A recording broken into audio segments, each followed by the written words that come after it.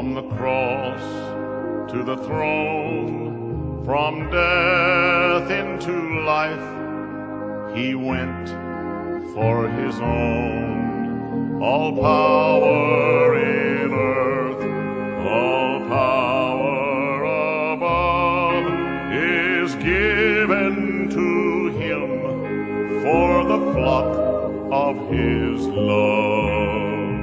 Only believe,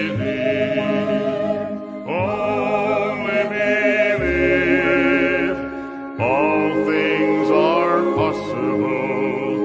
Only believe.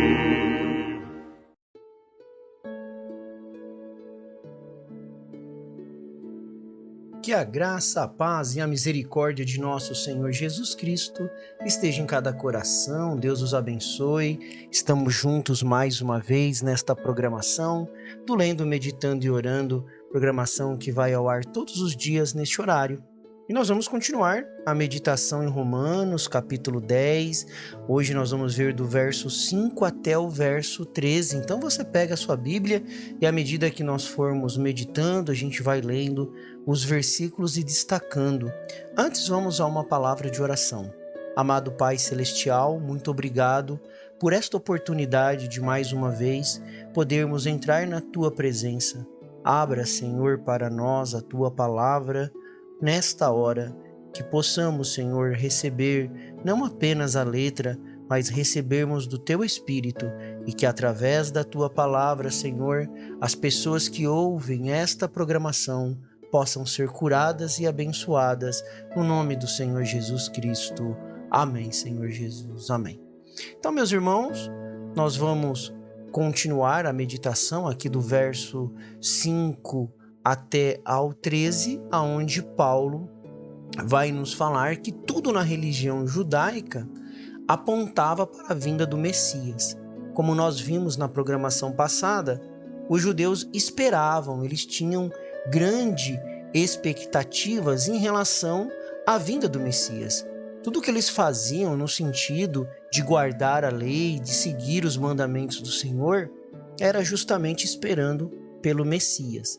Seus sacrifícios, o sacerdócio, os cultos no templo, as festas religiosas, as alianças, tudo que eles faziam, a sua lei, que eram pecadores e precisavam de um Salvador.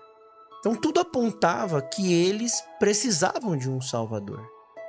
Mas, em vez de deixarem que a lei os conduzisse a Cristo, conforme Gálatas capítulo 3, versículo 24, que é esse o objetivo, a lei guiar até Cristo. Deus deu a lei para eles, apontando, guiando eles até Cristo. Esse foi o propósito da lei. Se nós vermos aí, no verso 5, se você quiser acompanhar com a sua Bíblia, Moisés descreve a justiça de Deus que é pela fé. O homem que fizer estas coisas viverá por ela. É a justiça de Deus que vem pela fé. Então estava apontando. A lei apontava para Cristo. É bom que você sempre guarde esses pontos importantes. A lei também era uma placa de indicação para mostrar o caminho. Quando você está numa estrada, numa pista, você vai pelas placas de indicação. É tão ruim. Não sei se você já esteve nessa situação, mas é tão ruim quando você está numa pista e você começa a procurar uma placa indicativa, algo assim, que lhe mostre, que vai mostrar para onde você está indo e você não acha. É terrível quando você não consegue achar o caminho e fica perdido. Porém, quando você tem uma placa indicativa, tudo fica mais fácil. Basta você seguir aquela placa que você vai alcançar, você vai chegar ao seu destino. A lei era uma placa de indicação para mostrar o caminho para Israel, mas não era capaz de levá-lo até o destino. Então já pensou você ver todas as placas, mas você não ter o meio? A lei não tem poder para oferecer justificação. Ela apenas conduz o pecador ao Salvador que pode justificar. Cristo é o fim da lei. por meio da sua morte e ressurreição, Cristo encerrou o ministério da lei para os que creem nele. Nos que diz respeito a nós cristãos, a lei chegou ao fim. A justiça da lei se cumpre na vida do cristão por meio do poder do Espírito Santo. É ele que nos capacita a seguirmos tudo aquilo que Deus espera de nós. Mas o reinado da lei terminou, conforme Romanos 6, capítulo 14. Pois não estáis debaixo da lei, e sim da graça. Então Paulo cita as passagens do Antigo Testamento para provar que nem sequer aqueles israelitas, eles compreendiam suas próprias leis. Porque se você olhar lá em Levíticos 18:5, ele declara o propósito da lei. Então Deus sempre deixou muito claro o propósito da sua lei. Muito claro. E você pode ver lá, mas nós lhe obedecemos. Né? O propósito da lei é quem lhe obedece vive. E aí os israelitas podiam virar para Paulo e dizer assim, mas nós lhe obedecemos. Poderia argumentar, né, com Paulo.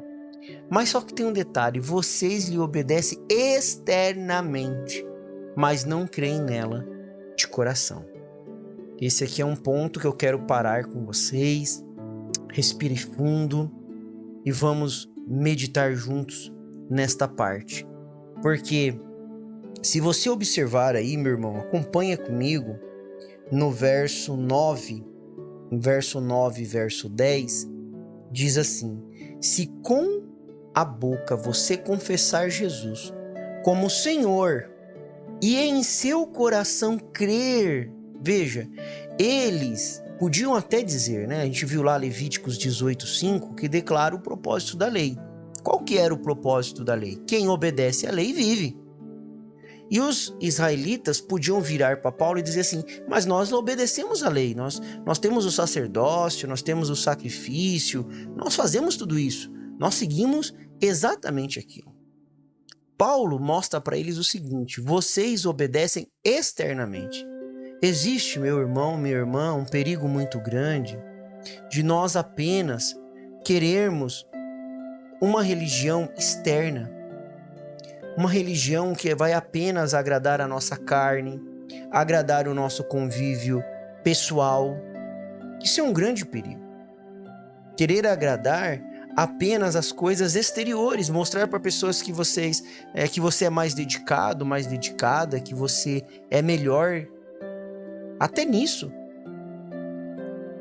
Obedecer externamente não adianta. Só nos rituais, só pagar o seu dízimo, só ir para a igreja, participar dos eventos da igreja, tudo isso faz parte, sim. Mas não é só isso. Não é só obedecer externamente, mas obedecer de coração. E Paulo está falando, vai aí na sua Bíblia, Romanos capítulo 10, verso 9 e 10. Acompanhe comigo aí, por favor. Se com a boca você confessar Jesus como Senhor e em seu coração crer que Deus o ressuscitou dentre os mortos, você será salvo. Porque com o coração se crê para a justiça e com a boca se confessa para a salvação. Olha como que Paulo, aí ele já vai trabalhando já bem devagarinho com eles, argumentando, porque eles tinham o mandamento, eles tinham uma lei na cabeça. Se você observar, Paulo ele cita também Deuteronômio, capítulo 30, do verso 12 ao 14. Essa passagem ela tem um significado espiritual muito profundo, porque nesta passagem Moisés, ele dá o mandamento. Então, a palavra de Deus. Moisés argumentou que o povo de Israel não tinha motivo algum para desobedecer a palavra de Deus, pois ela, a palavra, explicava claramente, apontava claramente para o que havia de vir. O próprio Moisés falou que havia de vir um profeta maior que ele. Irmãos, como é importante crer de coração, Como é importante ter isso tão claro, muito claro. De fato, Moisés instou a receber a palavra no coração. A ênfase em Deuteronômio é sobre o coração, a condição espiritual interior, não apenas sobre atos exteriores de obediência. Atos exteriores de obediência. Obedecer exteriormente e se convencer, e o pior disso, que se convence que isso é salvação, que isso é ser cristão. Quando olha, mas eu vou à igreja, mas eu pago os meus dízimos, eu sou uma pessoa que crê em Deus, tenta andar certo, eu creio, para quem crê no profeta de Deus revelado para esta hora, eu creio no profeta, mas não adianta coisas exteriores. O que adianta é você ter isso dentro do coração. E o que é ter isso, pastor Ezequias, dentro do coração? É isso que Paulo está falando. E em seu coração crer que Deus ressuscitou dentre os mortos. E quando ele ressuscitou, a vida dele veio sobre nós. Então a cada dia você se pergunta assim: Senhor, eu estou vivendo a tua vida? Senhor, eu estou vivendo conforme a sua palavra? Eu estou, Senhor, mais à tua imagem? Isso é uma vida interior. A vida interior sempre vai estar apontando, vai estar mostrando para uma aproximação de Cristo. Exatamente isso. Ele vai te aproximar de Jesus Cristo. Olha como que isso é maravilhoso, porque Cristo, ele sempre tem um caminho provido. Veja, ele tinha um caminho provido para Israel, como nós vimos aqui em Deuteronômio, apontava para o coração, mas Israel pegou uma interpretação daquilo e acabou se perdendo. O perigo de você receber uma interpretação é muito sério. Agora, o profeta de Deus para esta era, ele nos diz assim: eu quero que você veja como as promessas de Deus são tão reais àqueles que as aceitam. A promessa para Israel era real, era verdadeira. A lei estava apontando para Cristo. Mas devido a eles ficarem com o seu próprio entendimento, com a sua própria maneira, Israel falhou então de ver esta placa. Eles olhavam a placa e o meio era seguir o coração e seguir esta placa com o coração. Queria apontar para Cristo, mas Israel falhou nisso. E aqui eu quero dar essa advertência antes de nós finalizarmos. A condição espiritual interior é o mais importante do que apenas atos exteriores de obediência. É claro que se você está numa condição interior, qual é a condição interior que você e eu temos que estar, meu irmão, minha irmã? É se perguntar: Senhor, eu estou mais parecido com Cristo no meu falar, no meu olhar, nas coisas que eu estou ouvindo, no meu comportamento diário? É por isso que filosofias e tantas coisas apenas mascaram, apenas apontam para algo real, mas não pode dar uma realidade. Porque a verdadeira realidade é você olhar para algo que é verdadeiro, algo que é real. E você olha para aquele algo verdadeiro que é real, que é Jesus Cristo, e você diz: Senhor, eu quero ser como Cristo.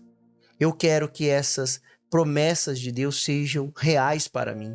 Mas para que essas promessas de Deus sejam reais para mim, como foi para Abraão, eu tenho, Senhor Jesus Cristo, que deixar esta justiça própria, vamos dizer assim, da lei, e aceitar a justiça que é para a fé. Então lembre-se disso. Paulo, ele nos dá a interpretação espiritual dessa admoestação. Para Paulo, mandamento ou palavra refere-se a Cristo, o Verbo de Deus, que se fez carne, habitou entre nós e morreu e ressuscitou para nos justificar. Ah, como isso é maravilhoso! Que Deus possa nos conduzir a essa condição espiritual interior de sermos como Cristo. Amém? Porque o Senhor é a força da nossa vida. O Senhor nos livra dos males deste dia e nos guarde para a hora da sua aparição. Eu sou feliz com Jesus. Deus o abençoe, Deus os guarde. Até a próxima programação, se Deus assim nos permitir.